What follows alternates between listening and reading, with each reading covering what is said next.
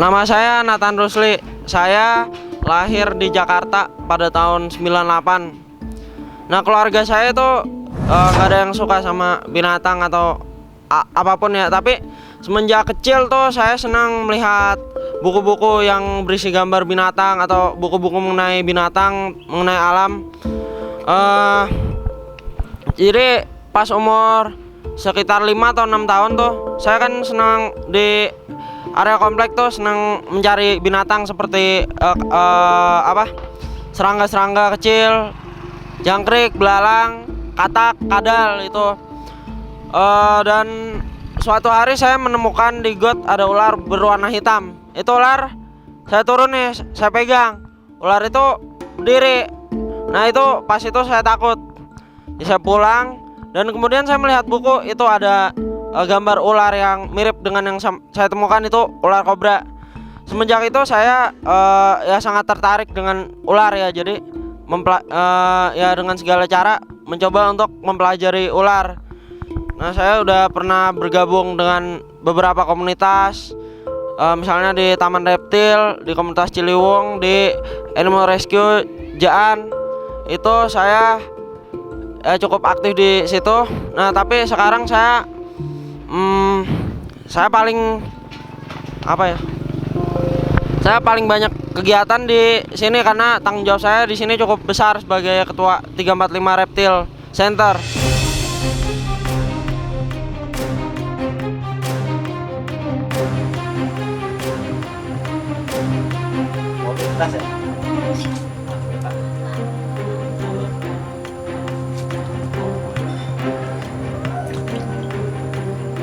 Jadi salah satu kegiatan yang sering kami lakukan itu misalnya membawa orang-orang yang ingin melihat herpetofauna di habitatnya, misalnya fotografer atau penggiat satwa liar itu, tamu-tamu kami bawa ke hutan untuk melihat hewan itu langsung dalam habitatnya, seperti itu. Jadi bukan hewan settingan, bukan hewan di kandang, tapi langsung di habitatnya.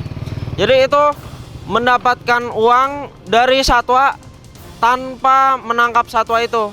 Jadi kan orang biasa memikir, oh kalau ada ular, kita tangkap ular itu kita jual dapat uang. Kalau saya mikirnya, kita bawa orang, bawa tamu, melihat ular itu dalam habitat aslinya. Kemudian orang itu kan bayar, kita dapat uang. Tapi ular itu tidak ditangkap.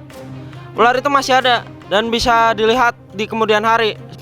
Masyarakat Indonesia itu mungkin lebih mengenal singa, jerapah, itu hewan dari luar dibanding hewan-hewan yang ada di negaranya sendiri. Mereka bahkan tidak tahu bahwa Indonesia memiliki banyak satwa endemik ya, seperti macan tutul. Orang biasa tidak tahu ada macan tutul di Jawa. Dan Indonesia juga memiliki primata yang endemik seperti makaka nigra atau monyet hitam Sulawesi. Dan beberapa jenis ular dan reptil dan amfibi juga banyak sekali. Ya, jadi menurut saya sangat penting ya untuk mengenal keanekaragaman hayati di Indonesia, karena keanekaragaman hayati Indonesia itu nomor 3 di seluruh dunia.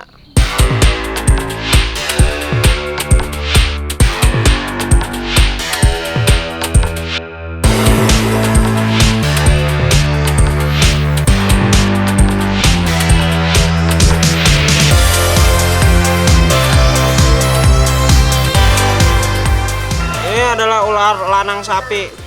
Ular ini adalah ular yang tidak berbisa yang sering ditemukan di area Jabodetabek. Ular ini bila merasa terancam akan membesarkan lehernya dan menyerang.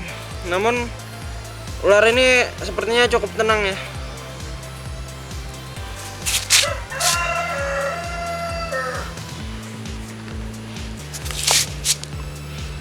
Jadi ya kalau merasa terancam seperti itu akan membesarkan lehernya dan menggigit seperti itu. Ular ini tidak berbisa. Mereka biasanya memangsa tikus, kadal, dan katak. Ya, tidak berbisa. Namun bila merasa terancam akan membuka lehernya agar terlihat lebih besar dan berbahaya. Padahal ular ini tidak berbisa sama sekali.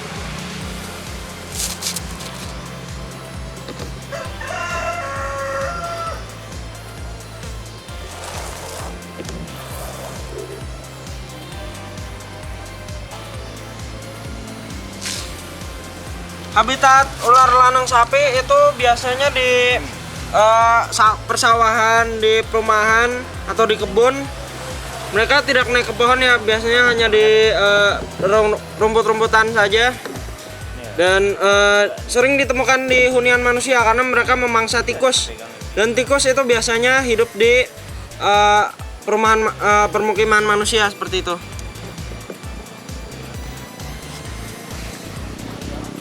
Ini bisa pura-pura mati deh.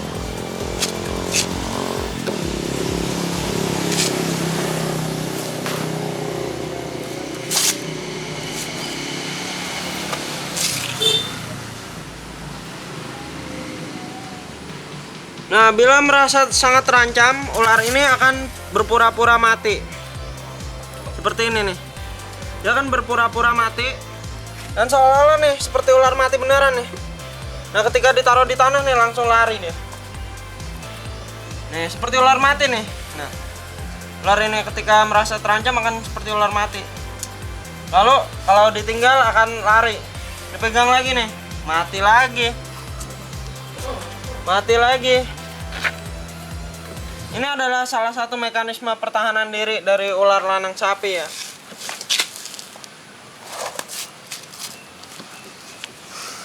Selain ini nih, membesarkan lehernya seperti ini.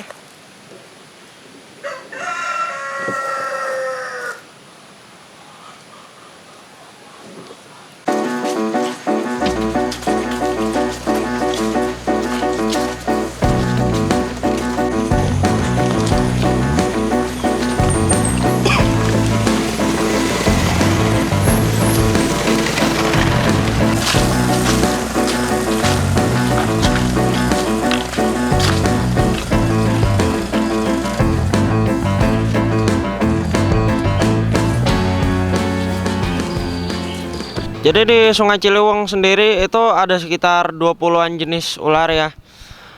Di hulu dan di hilir beda. Jadi kalau misalnya kita mulai di daerah pegunungan, di hulunya, di puncak, itu mungkin ditemukan ular yang hidup di pegunungan seperti ular siput gunung, Apopeltura boa. Itu hanya hidup di pegunungan yang suhunya tidak terlalu panas. Nah, kalau mulai agak ke bawah dikit ditemukan ular picung, ular yang berbisa tinggi namun bertaring belakang, dan juga ada ular macan air, lareangon dan kawan-kawannya itu ditemukan di sepanjang Sungai Ciliwung. Kemudian kalau di hutan-hutan bambu di pinggir Sungai Ciliwung itu ditemukan ular pucuk dan ular tampar, itu yang tidak berbisa yang hidup di pohon, dan ular kopi. Selain ular kopi ada lanang sapi dan ular bakawijo, itu yang tidak berbisa. Kemudian ada ular cincin emas yang berbisa menengah tetapi tidak mematikan. Dan yang cukup mirip dengan cincin emas itu ular wulang atau ular wuling yang berbisa tinggi, tetapi bedanya adalah di bentuk tubuhnya dan di lingkaran-lingkaran hitam putih atau hitam kuningnya. Nah, kemudian kalau misalnya kita turun lagi ke hilir nih yang mau ke muara, itu di sepanjang air yang tenang, air payau, terdapat ular air seperti ular karung, yang bentuk kulitnya seperti karung, dan ular tambak. Ya, mereka hidup di lubang-lubang kepiting dan pada malam hari baru keluar untuk mencari makan. Jadi ular itu biasa orang berpikir bahwa ular itu hewan yang jahat, tidak penting ya, hama. Namun semua hewan itu sebenarnya ada manfaatnya dalam ekosistemnya sendiri, dan pasti itu akan berdampak pada manusia. Ular misalnya, ular itu dalam ekosistem menjaga populasi makanannya, misalnya katak atau tikus. Terutama tikus adalah hama bagi para petani dan juga dapat membawa penyakit bagi semua masyarakat. Jadi ular itu memakan tikus dan mengkontrol populasi tikus. Ya, jadi ular itu penting sebagai penyeimbang rantai makanan dalam ekosistem. Ini adalah ular jali atau Petiasmocosus. Ular ini tidak berbisa. Mereka biasa ditemukan di daerah permukiman, di persawahan ya. Ular ini sangat gesit ya, sangat gesit. Mereka memangsa tikus dan kadal biasanya, dan dapat tumbuh sepanjang 2 meteran.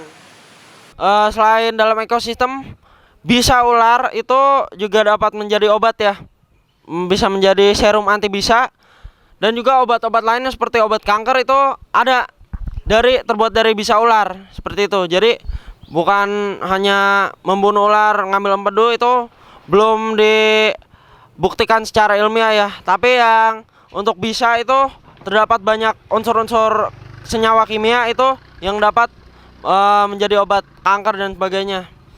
Banyak orang mengatakan kalau kepalanya segitiga itu berbisa ya, tapi lihat kepala ular kobra itu bulat, kepala ular ulang itu bulat ya. Jadi yang kepala segitiga itu belum tentu berbisa. Dan ada ular pucuk kepalanya segitiga, lancip sekali, tapi tidak berbisa. Seperti itu ya. Jadi membedakan jenis ular berbisa atau tidak itu kita harus memahami jenis-jenis ular yang ada di sekitar kita. Jadi makanya saya sering edukasi agar orang memahami ini jenis-jenis ular yang ada di sekitar mereka itu apa, yang berbisa yang mana, yang tidak yang mana. Jadi tidak ada cara pasti ya ciri-ciri ular berbisa seperti apa. Kecuali kalau dilihat taringnya nih. Ular berbisa memiliki taring. Ada 4 jenis taring nih. Aglipa tidak bertaring, itu tidak berbisa sama sekali. Opistoglypha itu bertaring tapi di belakang. Nah, jadi itu biasa dimiliki oleh ular yang berbisa rendah atau berbisa menengah yang tidak berbahaya bagi manusia. Kecuali ular picung itu bertaring belakang tapi berbisa tinggi ya. Dan ada Proteroglypha, taring yang di depan tapi pendek. Dan Solenoglypha, taring di depan tapi bisa dilipat jadi panjang seperti ini. Set, bisa dilipat, ketika dibuka keluar. Nah, jadi kalau masyarakat awam kan nggak mungkin membuka mulut ularnya dan melihat taring itu, oh ini taringnya panjang, ini berbisa. Jadi harus mengenal nih ular-ular yang ada di sekitar mereka yang berbisa dan tidak yang mana. Jika digigit ular harus melihat kalau misalnya tahu nih ular berbisa atau ular tidak berbisa, bisa lebih mudah ya. Tapi kalau tidak tahu bisa dilihat dari tandanya itu. Kalau yang berbisa itu cenderung seperti bentuknya telapak kuda, bentuk U seperti itu, dan dia banyak keluar darah, banyak lubang, banyak keluar darah. Itu seharusnya tidak berbisa. Tetapi kalau ular yang berbisa itu biasanya bekasnya hanya dua bekas gigitan, 2 titik saja, dan tidak banyak berdarah. Nah, jenis bisa secara umum ada neurotoksin dan hemotoksin. Neurotoksin itu menyerang saraf dan hemotoksin itu menyerang darah. Jadi kalau digigit dengan ular yang neurotoksin itu menyerang saraf, Anda akan pusing, mati rasa, mual dan sebagainya. Itu harus diikat di atas bagian gigitannya untuk memperlambat aliran darah, tapi tidak menghentikan aliran darah, tapi memperlambat saja dan langsung rumah sakit. Namun kalau itu mulai membengkak, itu artinya ada hemotoksinnya. Nah, kalau membengkak itu harus disilet searah dengan aliran darah ya, seperti ini. Searah dengan aliran darah. Jadi jangan berlawanan karena nanti darahnya ngocor semua. Jadi mending searah dengan aliran darah. Kemudian setelah itu tetap tenang, jangan tidur dan langsung ke rumah sakit. Jadi untuk ular-ular yang kami gunakan untuk edukasi, kami pelihara masih di base camp di 345. Nah, ya ular-ular ini kami perhatikan kesejahteraannya, dan kalau misalnya kami tidak sanggup untuk memeliharanya, misalnya ular itu stres tidak mau makan, kami lepaskan kembali ke habitatnya seperti itu daripada ular mati. Ini ular untuk edukasi. Ular apa aja sih? Nih ular kobra sama ular picung.